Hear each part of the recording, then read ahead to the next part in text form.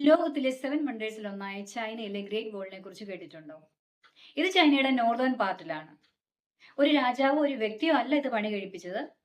ചൈനയിലെ പല രാജവംശങ്ങൾ പല നൂറ്റാണ്ടുകളിലായി നിർമ്മിക്കുകയും ഇതിന്റെ വിവിധ ഭാഗങ്ങൾ വികസിപ്പിക്കുകയും ചെയ്തതാണ്.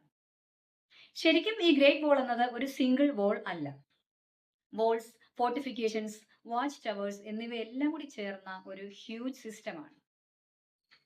ഒരു വലിയ മതിൽ എന്നല്ല, ഇതൊരു ഡിഫെൻസീവ് സിസ്റ്റം കൂടിയായിരുന്നു. ഇത്രയും വലിയ ബോൾ എന്തിനായിരിക്കും പണിതത്? അന്നൊക്കെ ചൈനയുടെ നോർത്തേൺ പാർട്ടിൽ നിന്നുള്ള ഇൻവേഡേഴ്സിനെ തടയാനും ചൈനയുടെ അതിർത്തി പ്രൊട്ടക്ട് ചെയ്യുകയും ചെയ്യുക എന്നതായിരുന്നു പ്രധാന ലക്ഷ്യം.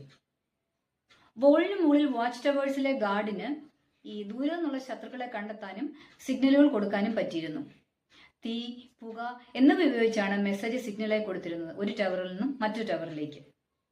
ഇന്റർനെറ്റ് ഇല്ല, ഫോണില്ല, എന്നിട്ടും ഒരു ടവറിൽ നിന്ന് മറ്റൊന്നിലേക്ക് ഏൻഷ്യന്റ് കമ്മ്യൂണിക്കേഷൻ സിസ്റ്റം. 7 വണ്ടേഴ്സിൽ അടുത്തത് എന്തായിരിക്കും? ഗസ് ചെയ്യാം. അത് ഇന്ത്യയിൽ നിന്നുള്ളതാണ്. See you in the next video.